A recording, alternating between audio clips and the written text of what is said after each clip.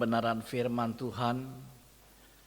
Biarlah Engkau melawat siapapun yang hadir, agar kebenaran firman Tuhan merubah kehidupan kami, memperbarui hati kami, memberikan komitmen dalam kehidupan kami untuk mau menjadi saksi bagi Tuhan. Hamba yang menyampaikan maupun semua jemaat Tuhan, biarlah sama-sama diberkati oleh firman Tuhan. Dalam nama Tuhan Yesus kami naikkan doa ini. Amin. Pembacaan firman Tuhan terambil dari Lukas 8 ayat 34 sampai dengan 39. Saya akan membacakan buat jemaat sekalian. Setelah penjaga-penjaga babi itu melihat apa yang telah terjadi, mereka lari lalu menceritakan hal itu di kota dan di kampung-kampung sekitarnya. Dan keluarlah orang-orang untuk melihat apa yang telah terjadi. Mereka datang kepada Yesus dan mereka menjumpai orang yang telah ditinggalkan setan-setan itu duduk di kaki Yesus. Ia telah berpakaian dan sudah waras, maka takutlah mereka. Orang-orang yang telah melihat sendiri hal itu memberitahukan kepada mereka bagaimana orang dirasuk setan itu telah diselamatkan. Lalu seluruh penduduk daerah gerasa meminta kepada Yesus supaya ia meninggalkan mereka, sebab mereka sangat ketakutan. Maka naiklah ia ke dalam perahu lalu berlayar kembali.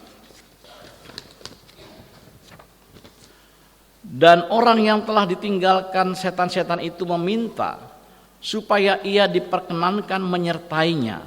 Tetapi Yesus menyuruh dia pergi, katanya, "Pulanglah ke rumahmu, ceritakanlah segala sesuatu yang telah diperbuat Allah atasmu." Orang itu pun pergi mengelilingi seluruh kota dan memberitahukan segala apa yang telah diperbuat Yesus atas dirinya. Berbahagialah kita yang sudah mendengar dan melakukan kebenaran firman Tuhan. Selamat hari Minggu. Majua-jua. Bapak Ibu yang dikasihi Tuhan, saya Pendeta Ferry Simanjuntak. Tadi saya bilang saya perkenalkannya nanti saja di mimbar sekalian. Biar jangan rangkap. Pejabat penuh waktu di PGI DKI Jakarta sebagai sekretaris umum gitu. Jadi penuh waktu melayaninya di Persekutuan Gereja-Gereja di Indonesia sebagai sekretaris umum. Wakil sekretaris saya Penatua Joneri Pandia dari GBKP Kebayoran Lama gitu. Saya memasuki periode yang kedua dalam pelayanan sebagai sekretaris umum. Saya punya istri 2, anaknya. Anaknya Bapak Ibu masih kecil-kecil. Karena saya banyak melayani mahasiswa sebagai tenaga pengajar, sebagai dosen di Sekolah Tinggi Teologi Immanuel Nusantara cukup lama, hampir 27 tahun. Jadi agak sedikit lupa memikirkan pasangan hidup, sehingga saya menikah di usia yang cukup jauh gitu. Tapi Tuhan tetap baik. Dia memberikan yang terbaik, memberikan macan dalam hidup saya. Mama cantik. Ya, jadi anak saya 2 masih kecil. Yang pertama umur 8 tahun, yang kedua umur 6 tahun. Karena saya menikah di umur 51 tahun. Tapi istri saya umurnya masih muda. Mahasiswa saya yang saya tanya mau ikut saya atau mau lanjut kuliah, oh dia pilih ikut saya, puji Tuhan. Ya. Tadinya mau saya ajak, kalau Bapak mau Ibu lihat di Facebook saya ada wajahnya. Ya. Saya pikir cukup saya tinggal di Cinere tapi mendapatkan rumah dinas di Rawamangun di kantor PGI DKI Jakarta. Hari ini sebenarnya sama dengan kita yang ada di daerah Indonesia ya.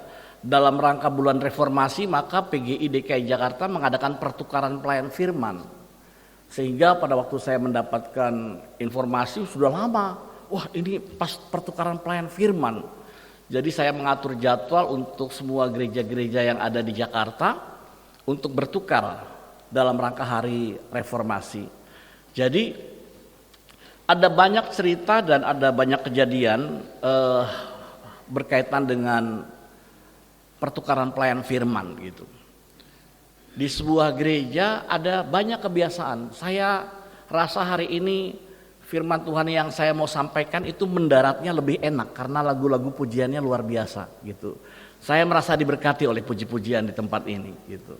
Enggak berbeda jauh dengan gereja saya juga soalnya. Jadi puji-pujian, tapi jangan sampai pujian itu hanya di mulut saja. Harus mendarat dalam hati kita. Amin. Kita menyanyi, tapi kalau tidak melakukan, namanya firman Tuhan itu hanya masuk kuping kiri, pujian itu hanya kita lantunkan tapi tidak berpengaruh dalam hati kita. Dan hari ini, mohon maaf Inang, khotbahnya agak keras, gak apa-apa ya.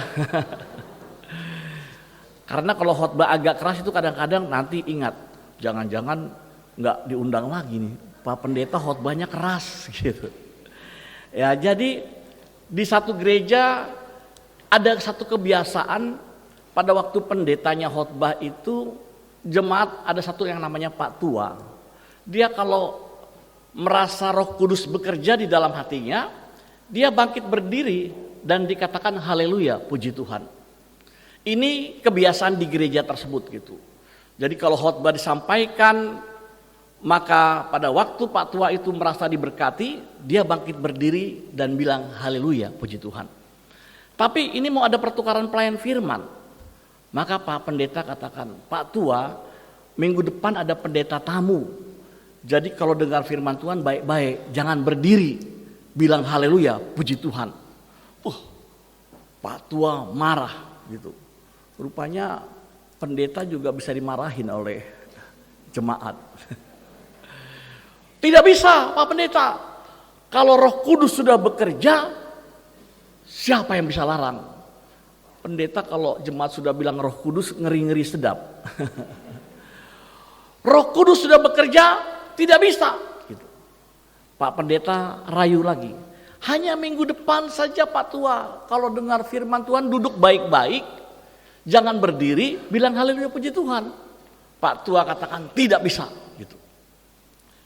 Dalam percakapan itu rupanya Pak Pendeta melihat, maaf Pak Tua itu sepatunya udah agak usang gitu.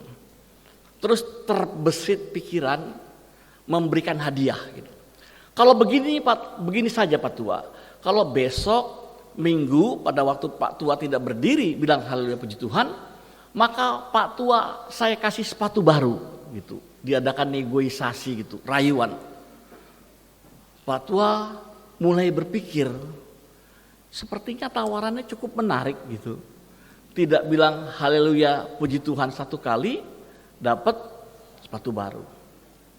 Akhirnya terjadi kesepakatan antara Pak Tua dan pendeta.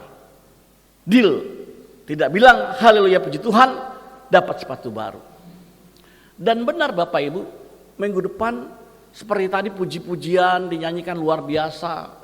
Dan semua merasa diberkati dan Pak Tua sangat terberkati itu. Luar biasa itu. Dan pendeta tamu yang datang rupanya khotbahnya tidak kalah semangat dengan pendeta jemaat gitu. Jadi baru di awal pembukaan dia khotbah, Pak Tua mau berdiri gitu, mau bilang haleluya puji Tuhan. Tapi ibu pendeta dari sana melihat, jangan berdiri, sepatu baru. Jadi Pak Tua nggak berani berdiri. Khotbah disampaikan luar biasa, jemaat terberkati gitu. Wah, Pak Tua udah nggak tahan. Dia mau bangkit berdiri, tapi tatapan Pak Pendeta ini selalu pada Pak Tua. Sepatu baru. Khotbah disampaikan luar biasa, rupanya pada pertengahan Pak Tua sudah nggak tahan gitu.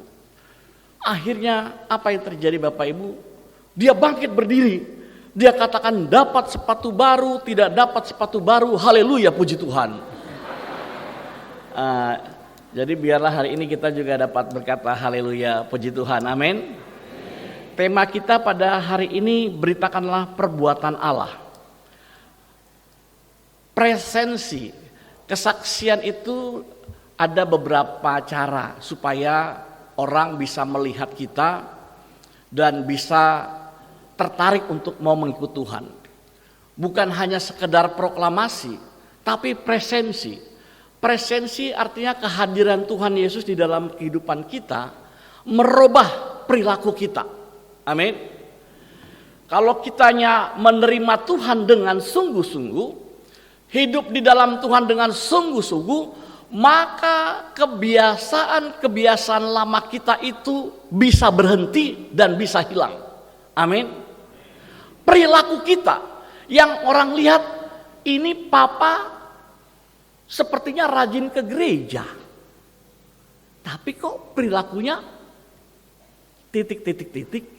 Nah, presensi mau menggambarkan bahwa orang yang hidup di dalam Tuhan yang sungguh-sungguh, maka dia berupaya untuk menampakkan kehadiran Tuhan dalam perilakunya, dalam hidupnya, sehingga dari cara duduk, cara bersikap, cara berbicara, orang tahu bahwa dia ini orang Kristen.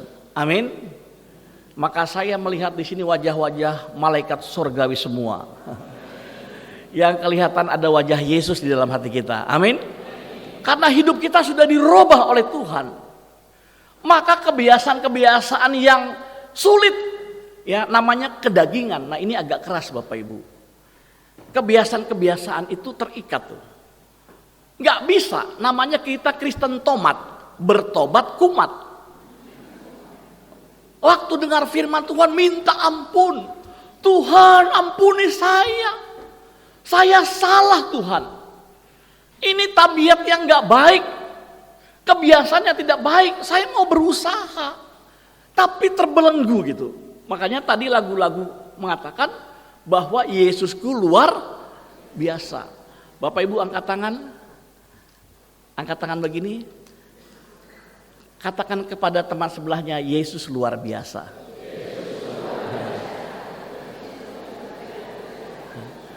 Amin. Maka kebiasaan-kebiasaan yang sulit, yang sepertinya kita bilang nggak bisa, Yesus luar, dia mampu merubah kita yang terikat dari belenggu dosa untuk lepas gitu. Kebiasaan-kebiasaan presensi yang harusnya nampak dalam kehidupan kita nggak ada. Orang ngelihat kita sama dengan orang yang lain. Padahal Yohanes 1 ayat 12 katakan, tetapi semua orang yang menerimanya diberinya kuasa. Kita punya kuasa, diri kita ini punya kuasa. Bukan hanya pendeta, pertua, semua kita punya kuasa. Hanya kita mau hidup di dalam Tuhan. Kalau kita ada dalam kekudusan, Roma 12 ayat 1, persembahkanlah tubuhmu sebagai persembahan yang hidup, yang kudus dan yang berkenan kepada Allah. Itu adalah ibadahmu yang sejati. Jadi kalau kita mau dibilang ibadah sejati yang mana? Ya pada waktu kita memberikan hidup kita kepada Tuhan. Presensi. Nah ini kita bisa renungkan. Kira-kira kebiasaan apa yang masih belum beres dalam hidup kita? Saya tidak tahu, yang tahu kita. Persekutuan gereja-gereja di Indonesia memberikan satu krisis dalam kehidupan rumah tangga. Ada 6 krisis, salah satunya eklesia domestika, krisis di rumah tangga. Karena apa? Karena dalam rumah tangga itu harus masalah yang besar itu dikecilkan, masalah yang kecil harus dihilangkan. Jangan sampai masalah kecil menjadi masalah yang besar. Makanya kalau ada nasihat, saran itu harus didengar. Bapak-bapak, saya mau tanya di sini. Siapa bapak-bapak yang sering dimarahin sama istrinya? Nggak ada ya?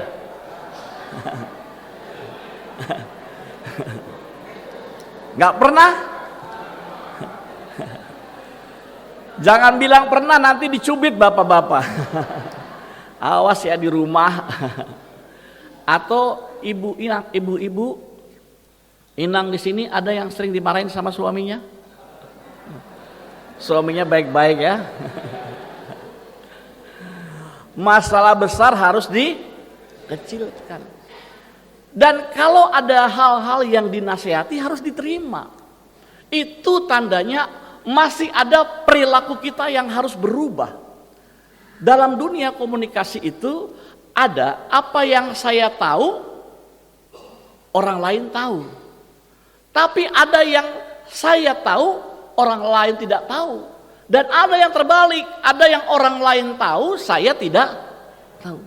Banyak hidup kita ini orang lain tahu, tapi kita tidak tahu. Makanya sering diomongkan, dia begini, dia begini. Biarlah itu menjadi evaluasi untuk kita berubah. Amin. Jangan marah kalau ada orang menasihati kita. Kalau ada ibu menasihati anak, jangan marah anaknya. Kalau ada bapak dinasihati sama ibu, jangan dimarahin ibunya. Amin. Kalau bapak menasihati ibu, jangan marah. Itu tandanya ada perilaku kita yang tidak kita tahu, tapi orang lain tahu. Gitu. Ada kebiasaan. Dan masalah itu bukan hanya di dalam jemaat saja. Para pelayan, pendeta juga punya pergumulan. Hanya kalau itu masalahnya yang kecil harus disikapi supaya itu dihilangkan. Karena presensi, kehadiran Tuhan dalam hidup kita itu jangan hanya di mulut saja. Apalagi kita para pelayan Tuhan. Di sini bapak-bapak, ibu-ibu, orang Batak yang sudah dibaharui Tuhan, maka nggak pernah gampang marah. Amin. Nggak ada yang gampang marah ya di sini ya.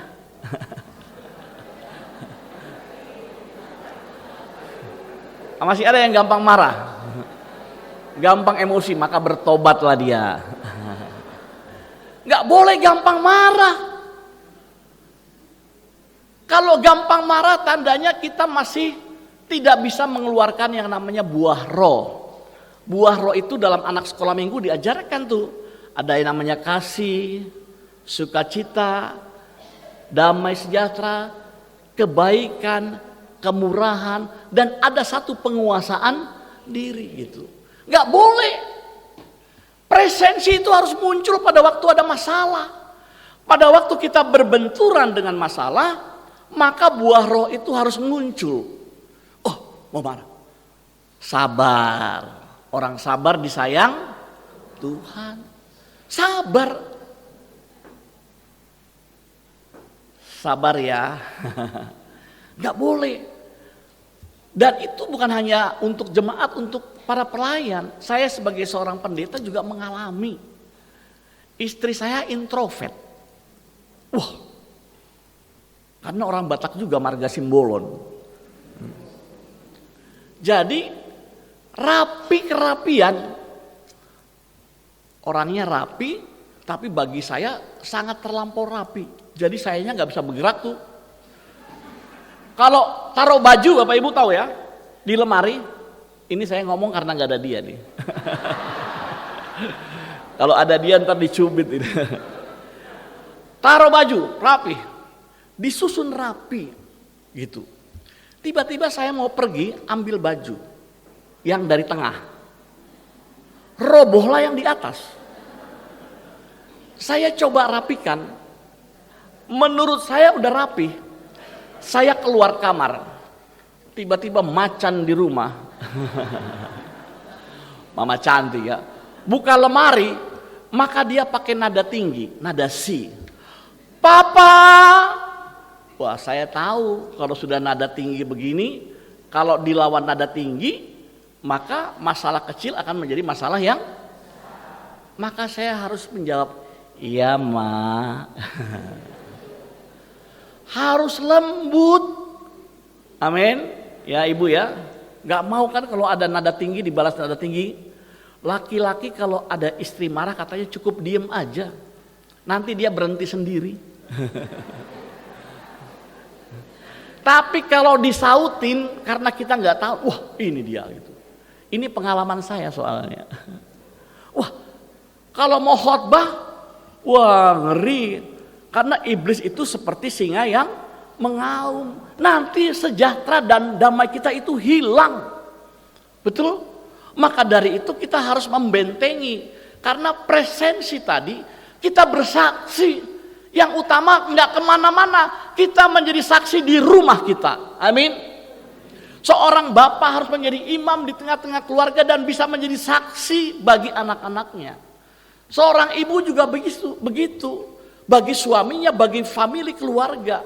Apakah keluarga besar kita ini sudah hendaklah terangmu bercahaya, Matius 5 ayat 16b. Supaya Bapamu di surga dipermuliakan. Kita bersaksi dari mana? Dari rumah kita dulu. Apakah keluarga kita ini sudah menjadi saksi buat orang lain?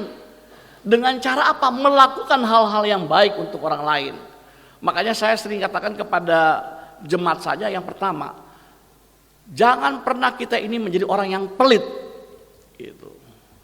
Pelit itu bukan bicara masalah harta saja, tapi pelit dengan tenaga, pelit dengan waktu. Ayo bantu gereja, ayo pelayanan, nggak mau.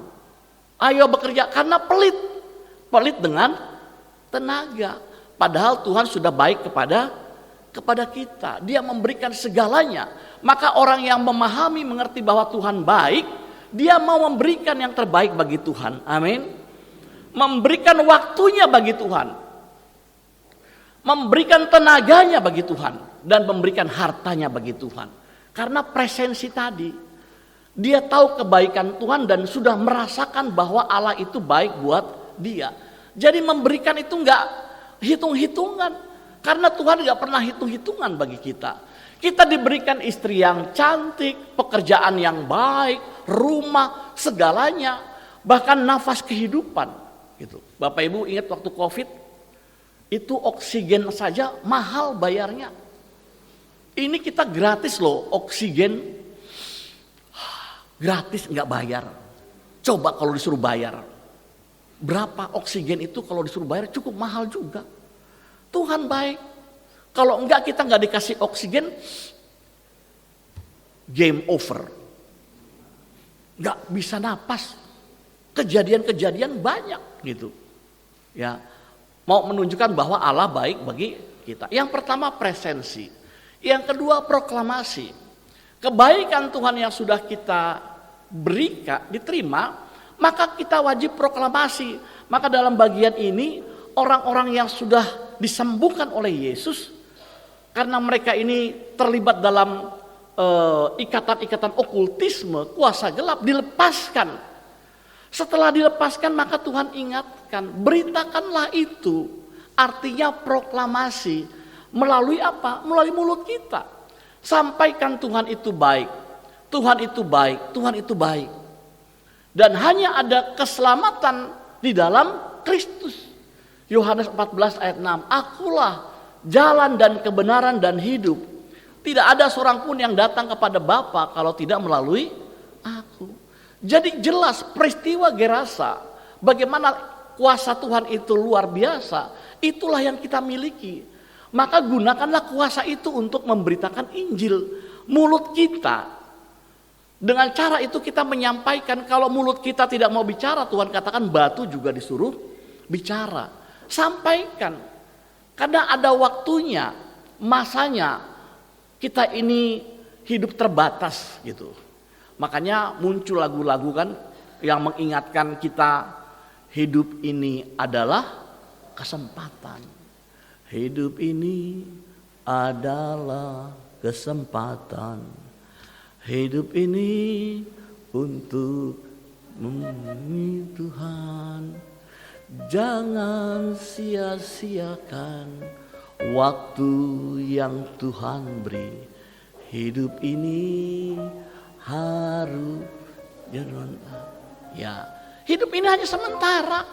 Paling lama berapa? Orang tua saya dipanggil Tuhan itu 90 tahun. Dan orang-orang mengatakan itu luar biasa. Artinya nggak lama. Saya sudah reken-reken nih. Waduh, saya tinggal berapa lama lagi ya? Gitu. Indonesia emas saya nyampe nggak ya Indonesia emas? Anak-anak masih kecil tapi nggak pernah takut. Karena apa? Kita menyerahkan. Kita membiarkan Tuhan ada di depan, kitanya di belakang. Pada waktu kita membiarkan Tuhan ada di depan, maka berkat-berkat yang Tuhan berikan kita berani menyampaikan kesaksian karena Tuhan ada di depan, kitanya di belakang. Jangan biarkan diri kita yang di depan, Tuhan di belakang. Sehingga kita merasa bisa, merasa mampu, tidak. Maka seringkali kita merasa kecewa, sakit hati dan berkata, Tuhan Engkau di mana? Karena kita ini sering kalah gagal, sehingga nggak berani menyampaikan kebaikan Tuhan. Bahwa Tuhan itu baik. Jadi kalau lagu-lagu yang tadi kita menyanyikan itu banyak lagu-lagu yang luar biasa. Bahwa Allah itu luar biasa. Maka kesempatan kita untuk mewartakan kebaikan Tuhan saat ini. Jadi kalau tema kita pada hari ini beritakanlah perbuatan Allah, maka kita tahu Dia sudah memberikan rumah, keluarga, mobil, anak, istri, semuanya. Maka kita beritakan bahwa itu semua karena Allah baik bagi kita. Itu namanya proklamasi. Yang ketiga, persuasi. Kesaksian yang disertai ajakan. Bapak Ibu, kita ini kalau ada masalah, orang-orang yang datang ke gereja, kita menang. Karena kita tahu ada Tuhan. Tapi bagaimana dengan istri kita yang tidak pernah ke gereja, suami kita yang tidak pernah ke gereja, anak-anak kita yang tidak pernah ke gereja? Maka harus persuasi, diajak gitu. Diingatkan, ini namanya kesaksian disertai ajakan. Jangan pernah kita bosan-bosan mengajak supaya mereka datang ke gereja, mari datang ke gereja. Karena apa?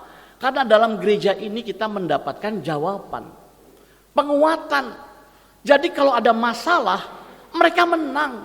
Jangan hanya kita yang menang, tapi anak-anak kita, keluarga kita menang. Karena tantangan sekali lagi ke depan ini semakin lama bukan semakin ringan, semakin berat. Makanya kalau kita lihat media-media massa, kadang-kadang membuat kita khawatir. Tapi kita diingatkan, tanpa Tuhan kita tidak bisa berbuat apa-apa. Andalkan Tuhan gitu. Jadi dengan cara mengandalkan Tuhan, kita semakin yakin gitu. Makanya di dalam pendidikan teologi diingatkan tentang omnipresent, omnipotent, dan omniscient. Bahwa itu Allah maha kuasa, Allah maha hadir, Allah maha kuasa, Allah itu maha hadir, dan Allah itu di sini dikatakan maha tahu gitu. Jadi omniscient itu Allah maha tahu, omnipotent Allah maha kuasa, omnipresent Allah maha hadir. Karena kita ini saling satu sama lain tidak tahu, tapi ketahuilah bahwa Allah tahu kita. Nggak ada yang tersembunyi. Dan Allah maha hadir di sini. Kadang-kadang orang takut dengan CCTV, tapi dengan Tuhan tidak pernah takut gitu. Kita harus sadar bahwa yang tahu perbuatan kita tuh Allah tahu tuh. Apa sikap kita, apa tingkah laku kita, apa yang kita percakapkan, apa niat baik atau niat jahat, Allah maha tahu. Maka dari itu sekali lagi, kalau kita mau merasakan kebaikan Tuhan dalam kehidupan kita, maka kita berubah gitu. Sehingga pada waktu kita mengajak orang, oh benar, karena orang itu sudah berubah. Kenapa engkau berubah? Kita melihat bahwa karena presensi, kehadiran Tuhan dalam kehidupan kita itu merubah sikap kita. Dan karya Roh Kudus yang evangelistis itu muncul dalam diri kita.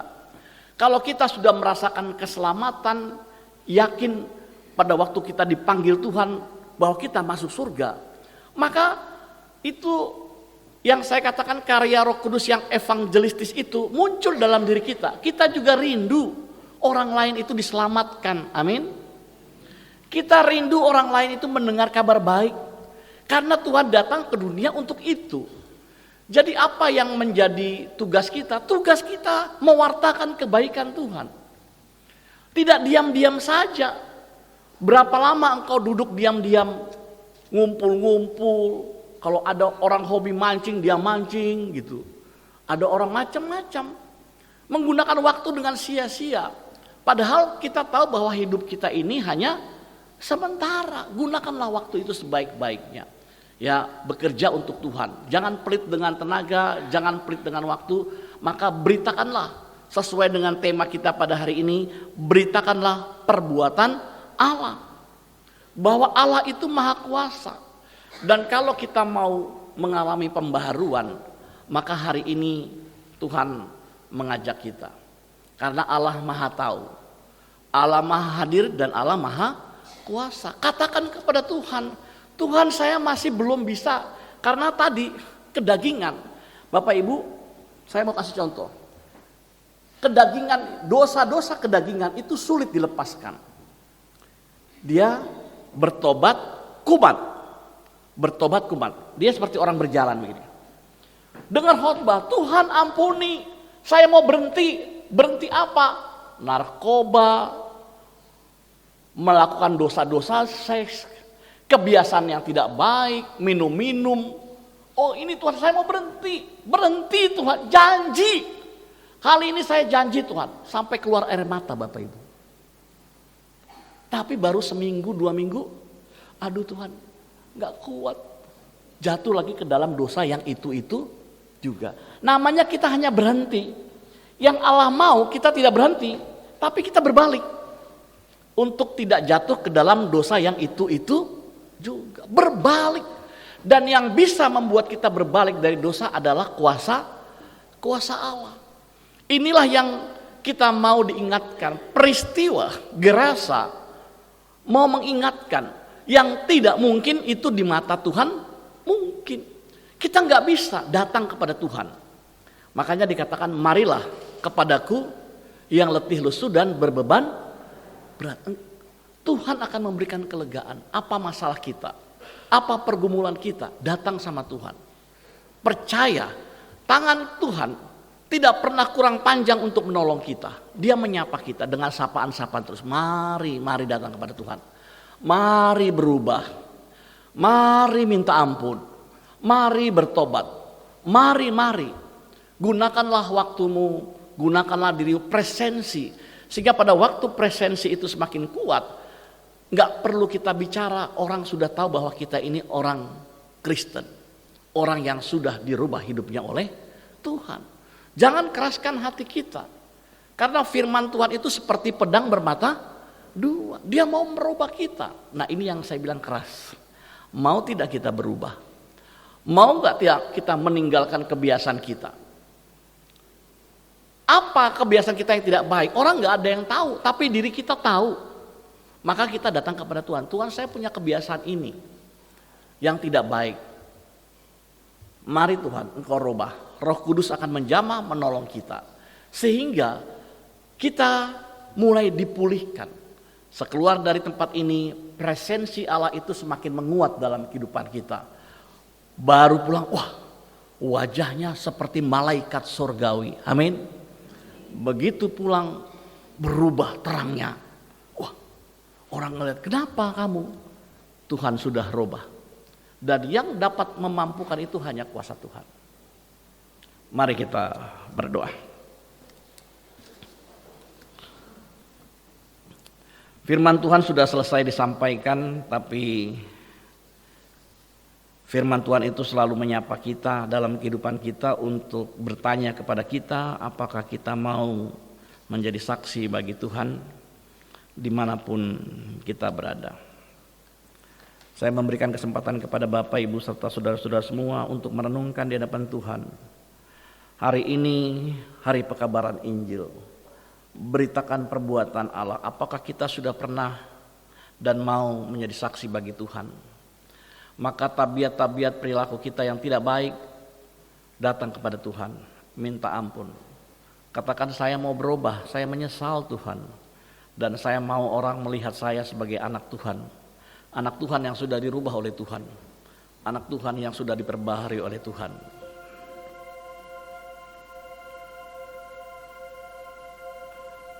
Pada waktu kita merasa bahwa kita tertindih dengan